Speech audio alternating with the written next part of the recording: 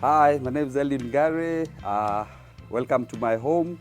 This is my firstborn daughter, Zoe. This is Zachary, and this is Zen. The three Z's. So, karibuni. Let's go, guys. Come on. Let's go have a seat next to mommy. Come on. Say hi, mommy. Come sit here next to your brother. And this here is my wife, Nelly. When people get married, there's this feeling about happily ever after. But I think when you're in it and you're enjoying it, yeah, it's good being married to him. And I think he's deliberate about doing marriage. So that makes it exciting. So I would describe my husband, Eliud, as very deliberate and very focused. And also being able to weed out what is not important. I think that is a character that I really admire. Well, I'm a very young writer. I've written one book. It's about my story, growing up, and the many turns I took, and all the path through up to where I'm at now. Because I always kept telling him, why don't you write a book? Why don't you put your thoughts and your experiences together? So, and I told him, you know what? Every chapter you write, then I'll be typing it for you, or I'll edit it for you. My background is communication. So I think also that made it easier for him to be able to put his thoughts together. It was not easy. I mean, reliving what you used to be is not easy. So for that, I was really proud of, and I was really proud to be part of it. Exactly. I'm not only a writer, I also do a bit of farming. I rear pigs. We dabble in the financial services, real estate and property management also. I consider myself a natural. Something I never thought I'd say I am. Actually, I'm a natural. I have to say that he when we started dating, he told me that for him he doesn't even believe he can do this, because he used to tell people marriage, children and all that, he cannot bring anyone else into his mess. So seeing that he has transitioned to be this, he's a good father and he's a wonderful husband. He's actually a wonderful human being. So for him, even I used to tell him, yeah, you'd have missed out on all this had you continued with that narrative of, I can't do this. Yeah. I tell people when I introduce myself that I'm a full-time husband and father. Then the other things are just part-time. What I like about my family is they love me and I love them. I do a lot for them and they do a lot for me. And also, they care about me and I care about them. Well, for fun, I think catechism is fun for me because it teaches me a lot and my family. Stay tuned to KTN Home, where I get to have a sit down with Catherine Mwangi and I share my story, our story. Yes, everyone has a story. It is how you choose to tell it. So stay tuned to KTN Home as you listen to our story. I have a guest today whose story will truly inspire you. It's a story of redemption. But before we got to the level of redemption, there's a lot that happened along the way, and we felt that this is a good story to have again. We had him last, I think, 2 years ago. Yeah. You're most welcome, Mr. Eliud Ngare. Thank you so much for having me. You're karibu sana. Asante. And he's also an author of a book. You need to hold it up for the people to see. There you go. Eliud Ngare, Born Dead, Alive in Him. That's the title of his book, where he lists everything that happened to him. And our story is based on what he wrote there, and of course everything else that, you know, he perhaps didn't put in the book. So we start with you being an overcomer of sex, drugs, and alcohol. Yeah. And that is what your life was about for a very long time. Yeah. Before the turning point happened. The thing that surprises me the most is the age at which you started. Oh yeah, started young, 12, 13, 14 years old. Yeah. Yeah. And what were the beginnings like? What did you start with and what drove you to that? Specifically, I can pinpoint to a point where after primary school, back in the days, we'd have like a whole year or something like 3, 4, 5 months Yeah. before you enrolled In Form 1. in Form 1. Yes. So from November, December, January, Yes, February, yes. it's a time where you're just left by, everybody goes to work, whoever goes to school. You're just at home. You're just at home. So by me venturing outside, I started hanging out with the wrong crowd My God. who were using drugs and drinking. And Yes. so I found myself ingraining myself to them, just gravitating towards that. And from then on, I mean, started by smoking some weed, marijuana, Yeah. and it snowballed from there on. From 13 years old. Yeah. Wow. 14, 15. Yes. Yeah. So those 3 years you doubled with weed, alcohol, Yep. and sleeping with a house girl. Yeah. Okay. I mean, all men, including these ones. They're waiting for you to finish that sentence. and they'll never agree, like you can see. But the first sexual experience most men have is with the house girls at home. You Yeah. say actually that in the book. Yep. Because it's true. It's what I saw.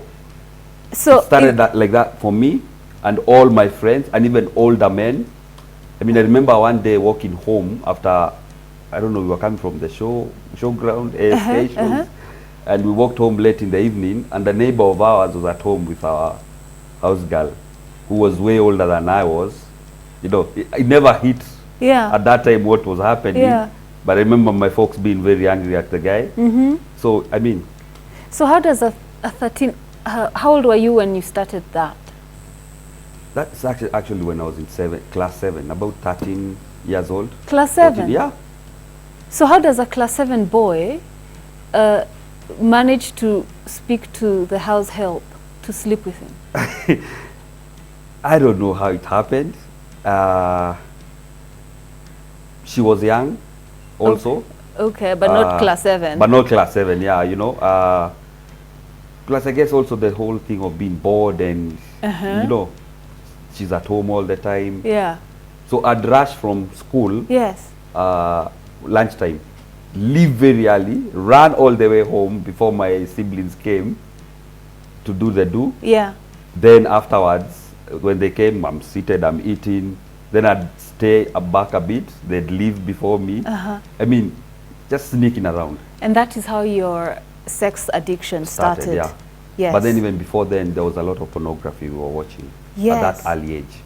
So you know? who you were in a group of like how many boys? Oh, wow, many. Yeah? Our estate, there were, I mean, we were lots of boys. Right. Yeah, of So the same age. you would gather in one house, someone's yeah, house, exactly. the same house, Yeah. all the time. The guys who had the video player. Not everybody had a video player back then. So the one who had a video player, and they had the guts to like, and the parents were not there, so we would actually sit around the TV and watch pornography. Your first encounter with watching pornography, what was that like for a young boy? Wow. Mind-boggling. That people actually do this, you know?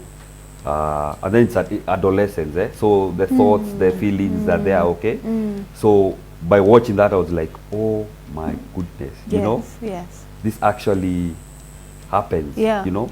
We were so young, we could not understand the brevity of it all. And because you're developing, so it triggers those feelings and emotions in you Exactly. because Yeah. you're confused. Is this what goes on? Is this? It looked the norm. Yeah. I mean, they're on TV, Yeah. you know? Yeah. So it must be normal. Yeah. Yeah. And so is that what caused you to experiment now, wanting to experiment what you had watched? Or Definitely. yeah. Plus, nobody ever spoke to us about sex growing up. So these were first lesson of what sex and, you know. The talk with the parents was never a thingy back then. Never. Yeah. It Yeah. was nikuone na nani utanijua. You know? But So does it even happen now, to be honest? Do you think? I think our generation sort of like attempt Okay. to do it. Like, are you doing it with your children? my oldest is 8 years old. She asked a question a while back, I think last year. I was ready to tell her some bits. What question did she ask? She asked about what is adultery, through reading the scriptures, and because we do that, so Yes. we're reading through the Old Testament. But then the son also asked, you know, where do babies come from? You know, simple questions. Yeah. My wife actually had to stop me because me, I'm very open. You I were believe going, in- going, and exactly. going. Me, I was like, you know, now let me, you know, because and she was like, let's at least give them some time to grow, but at least they know what they need to know for this For age, now. For now. Do they know your story? Yes. They do? Yes. Oh, wow. Yeah, they do. That's amazing. You teach them to be honest with their lives and be truthful, and you know. Yes. You also want them to open up to you from an early age. So Yes. You also have to be vulnerable before them. Yes, yes. Yeah. That's So my daughter is beautiful. always like, that guy is drinking alcohol, daddy. Oh, wow. Because You know, now so she knows. She knows. Yes. What this thing did to my father. And you know. Okay. Yeah. So you were dabbling in pornography, underage sex, Yeah. drugs. So you speak in your book about how easy it is to get drugs in school. Oh, very easy. Because the guys selling it, they have no qualms who they are selling it to. They don't care if you're underage, if you get, if you're sick. So even me, when I was now around that time of class 8 now, just before Form 1, I mean, it was freely given. You know, and it's funny because addicts like to share. These guys like to share. So it was freely given. Like distributed in school. No. Where we are hanging out, you know, you go hang out. Someone's very quick to say, yeah, you know. And you don't even ask what it is, or you already know? You already know it's weed, so I mean, that's why you're there anyway, you know, to partake of whatever it is that they're doing, you Yeah. know. So, and then that's all in every corner, I mean, Yeah? yeah, Like around us, among us? everywhere. Like you would walk on any avenue and know that this Exactly. one- And if you're using, if you want to get, you will definitely get it. So which drugs did you dabble with? I started with smoking marijuana. So, and it's funny because I never smoked cigarettes until way later. So I was only smoking marijuana. So even when I went to Form 1, I was already like kind of addicted because it took me by surprise. So I'd buy in bulk What? and hide in cans. So I'd carry that to school. And I was in Form 1. I knew no one there in school. You were But I would brave. hide myself, you know. Yeah. But then people got wind of it. Then now I gravitated also to the other drug addicts. Guys who were also smoking weed and doing drugs. In your book, you also mentioned something called tap tap. Tap tap is what the name we used to call now the prescription drugs. You know, the antidepressants Oh, that, you know, Okay. you can't get over the counter without a prescription, Right. but somehow they were available. Unscrupulous chemists, pharmacists, you know, they would sell these things. yeah, Was smoking weed and doing the prescription pills. yeah. So the tolerance keeps going, you know, higher and higher, Yeah. and you need more and more and more and more. So it finally snowballed into a full-blown, you know, addiction that I craved even more hard drugs. So I ended up using even heroin, injecting heroin at some point. Like the way I see them do. Yeah, I still have a few tracks because Where? there are times you don't get, Okay. yeah, you don't find the vein. It's injected right into your bloodstream. Yeah. So think of any drug, I've probably done it. Jesus. And all this was still illegal in Kenya. You were never Yeah. arrested or found. Never. Yeah. Mm. And alcohol. That's a bad one. Yeah. Yeah, because whether you have 100 shillings or 1,000 shillings or 10,000 shillings, there's always alcohol for whatever is in your Whatever pocket. range, yeah. Exactly. Yeah. Whatever you can afford, you'll get it. Yeah. So from the lowest to the highest. You know, we would drink changa during the day, then hit the clubs at night and drink beer, whiskey. If there's no money, we'd steal actually people's alcohol. We would go to clubs and actually steal people's alcohol. And this is during your teenage years, from that Exactly, yeah. 13. High school. And you say in your book you take alcohol and black out. Yeah. So if I had the first sip or the first glass, Yeah. then for the rest of the day I'd have nothing. I'd remember nothing. So I'd wake up the next day and actually have no clue where I went, what I did. It wipes who I- out your what- memory Yeah. because there's a lot going on. There's Yeah. the alcohol, there's the drugs. There's the drugs, yeah, exactly. Yes. You know. And so when you're living this lifestyle, what is that doing to your family? It kind of hurts, remembering what I put them through, especially my mom. For I know for sure she never slept, wondering, will this guy come home? You know, because sometimes I'd be gone 4 or 5 days, a whole week. You know, you left, you said nothing, They no don't know one's where seen you you. are. You know, Yeah. times someone would knock on the door and say, oh, your son Ngare is in this police station, is in that police station. Because I've actually slept in quite a lot of police stations. Yeah? Yeah. So they pick you from somewhere?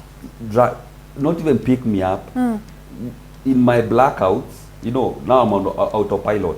I do things, I don't remember them, you know, malicious damage, I stole this, I beat up someone, Yeah? drunk and disorderly. So it comes with all of those effects. Exactly. So yeah. most of the times I'd wake up in a police cell. And I'd not be like, know why you're there. Exactly. So when they're taking my fingerprints or I'm being interviewed, so that's when I'm asking the cop, by the way, mlinishikia nini? You know, because I'd be total blackouts completely. My God. You know, My so God. it was really bad. So my folks were always worried, like, will this guy ever come out Yeah. of this? You know, Yeah. I'm sure for a fact my mom was crying like every night, because my dad would tell me, she sits literally at the window. Oh. After 2 days she would sleep, like waiting, watching out. Like that story of the prodigal son. Exactly. The father. Exactly. Like, will this guy just appear? Yeah. You know, whatever state, just come home. You know. Yeah, yeah. So I put them through. Plus, I'd stole from them. Oh, that's how you are financing exactly. the When drugs, Saile the Sina, alcohol. I'd steal from them. How are you doing that? Their handbags, my mom's, my dad would come, put his coat down, you know. I'd sneak round. You know, it got so bad, my sisters were actually walking around with their handbags. In the house? Yeah. Because they know once they put it down and I'm around, definitely I'll pick. You'll take some money. Exactly, I'll steal. So where would you get money then if there are no avenues to steal from home? Petty crime. Like the Ngetas? Ngeta. Is it? Yeah. Steal neighbors something, a kid's bike that was left out. No. You know, it started small like that. That's not small. Well, If you call that small, then I shudder to think what is big. then we had guys who were very good at pickpocketing, you know. They'd cross the street like this once, twice, thrice, they'd have like 3 wallets. No. Yeah. What? So, you know, it started like that, small time, then all of a sudden, you know, we started stealing cars. No. From the bikes, that's what I'm saying, from the bikes, we started stealing cars. In the neighborhood? Yeah. Uh-huh. You know, remove tires. But then it also snowballed where now we would pick keys. Okay, this is what used to happen. Okay. We'd have lady friends. Uh-huh. Pretty, sit in the bar, confuse some guy, Uh-huh. put some, it's called Michele nowadays. So this thing has always been there. Like rice? Like, no. It's a pill. Like the Oh, same okay. pills were used, the antidepressant, the Valium, mixed with alcohol. Someone blacks black out. Exactly. Uh-huh. The keys are on the table. She gives us the keys. We take the car. We drive to wherever we are driving it. We come back, put the keys back on the table. All the time, she's never left the table. That time She's you're actually driving. asking, making sure everybody sees her, and she's asking for drinks. So when the guy wakes up, way in the morning, anapata, madam yuko. My car keys are here, pays the bill, goes to leave. Goes to the car park, my car is not here. Okay, hold on. So the first thing is, mostly these guys are married. It's like, we enda nyumbani. Because if I go to the cops with you, then the statement will say, I was with... exactly. So the thief is told, you go. See, everyone here is laughing because... what? Yeah, so that's how we started stealing cars. So this girl gives you the key, you go with the car Yeah. to sell it wherever, and Yeah. there was a market for it. Yes, ready market. Ready? Yeah. As soon as you drove into the big garages, Uh-huh. money is being counted. You're serious? Yeah. Takes less than 10 minutes. So when they bring the key back, We have another car. you've Not brought the stolen, key of the other car. Of the other car now, so that we can put it back on the table. And then how will this other car operate? It's at the garage. So if it's removing the starter, then I don't know. Oh my But goodness. it takes less than 10 minutes. You drive in, money is still being counted, because there are grades of whatever car you're bringing. So, So this you- costs this costs that. Yeah. Yeah. So you and your gang, that's how you would finance these Exactly. habits. Yeah. Tell me the incident you mentioned in the book about when your mom collected you from outside on a rainy day. I was already using drugs and drinking. Right. So on this day, it happened that I had a little bit too much to drink. Changa for the first time. My goodness. So by the time I crossed the road from where I bought it and crossed the road, I was already like, whoa, gone kabila. And it started raining. So the autopilot thing kicked in. So me, I was just doing things. People were telling me the next day how crazy, I was acting and stuff. But then I blacked out, where I now like conked out completely. Yeah. So my friends carried me all the way home, dropped me at the gate, knocked and took off. Huh. So when my mom opens the door, she's like, I'm mad from head to toe, Yeah. wet, out Yeah. cold. Yeah. She just went back to my bro, pick him up. My God. So I woke up the next day, I'm like, hurt, I think that's the first time they knew There's a big problem there's here. he's been up to something that's Yeah. not quite good there. Because then you'd mask, weed you'd mask, the smell. But no matter how much you mask, I mean, your parents know when something is wrong, no matter how small. Parents always know. Yeah. Yeah. I think mine were in denial. Ah. Yeah. Especially my mom. Yeah. Because when in high school and I'd be chased, suspended because of drugs or something I did, I'd act all innocent. What? Yeah. And when you go back, my mom would actually speak good about me and But you never murdered people, did you? no. Well, I don't know. Oh, That's because the you can't thing. remember. Yeah. Plus, there are incidences where, well, what I'm alluding to is, and it's still, as there's a friend of ours who came from the States. He'd been deported. We didn't know he had a drug dependency thing. But then when he came, because he was just around the neighborhood, and he asked around, who could score, where he could get some heroin, cocaine, or something like that. So people already knew about me. So he was pointed towards my direction.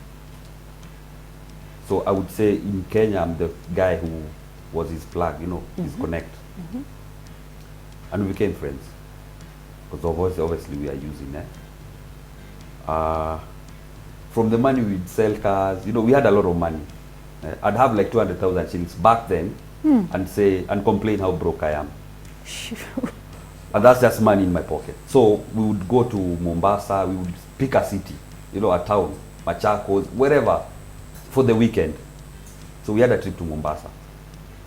I drank too much and I overslept at a hotel in town. So the tickets already paid for, and so then they left and said, when this guy wakes up, you let him know. He can book another bus and meet us at the coast. So the guys went fast. When they got there, they bought heroin.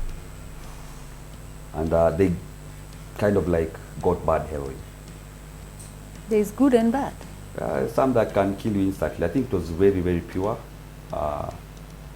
And, he died of a drug overdose. So that then became something that I carried with me for a very long time, because I sort of like blamed myself. But you were in Nairobi, no? Yeah, but remember, I'm the guy who, when he came to Kenya, I'm the guy he was pointed to. So I'm the guy who like sort of kick-started the habit back when he came back. Oh, he didn't have it when he was there? I think he had, but then when he came, Yeah. he didn't know where to get it Ah, till he met me. right. Yeah. So you got news from Mombasa Yeah. that he had passed Yeah. on. And what was that like for you Oh, it hearing was that? bad, especially when we went for, The Matanga. the matanga. I remember the mom coming out and screaming at us, "You killed my son." Just turned back and went. Wow. So, I mean, we've been violent sometimes when we were in the midst of crime, you don't know what happened to the guy afterwards because he took off. So that's why I say I don't know if I hurt someone, if I killed someone, you know. Yeah. Okay. We'll pick up on that right after the break.